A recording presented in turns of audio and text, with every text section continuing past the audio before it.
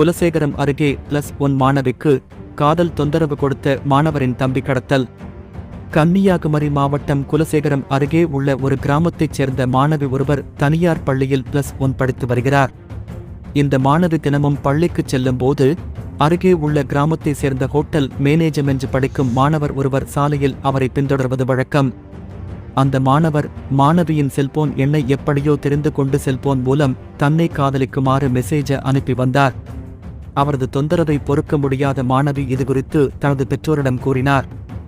மாணவியின் பெற்றோர் அந்த மாணவரை செல்போன் மூலம் எச்சரித்தனர்.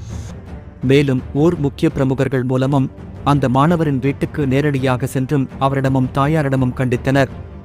ஆனாலும் அந்த மாணவர் தொடர்ந்து காதல் தொந்தரவு கொடுத்து வந்தார். அத்துடன் காதலிக்க வற்புறுத்தி கையை அறுத்துக்கொள்வது போல் படங்களை இன்ஸ்டாகிராம் மூலம் அனுப்பினார். இதனால் மாணவியின் குடும்பத்தினர் நிம்மதியிழந்து காணப்பட்டனர். இந்த நிலையில் சம்பவத்தன்று மாணவியின் உறவினர்கள் அந்த மாணவரை தேடி அவரது வீட்டுக்குச் சென்றனர். அப்போது மாணவர் வீட்டில் இல்லை, அவரது தம்பி இருந்தார்.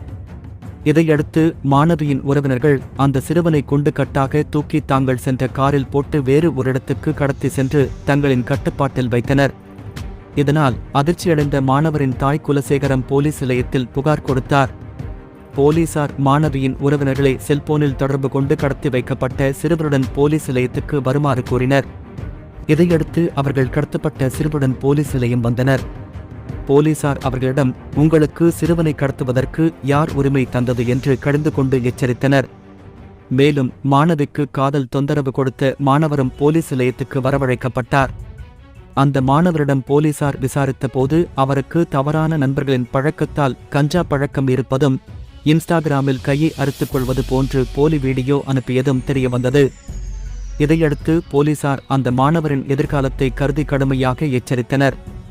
மேலும் மாணவியை இனியமல் தொந்தரவு செய்யக்கூடாது என்று மன்னிப்பு கடிதம் எழுதி வாங்கிவிட்டு அனுப்பி வைத்தனர்.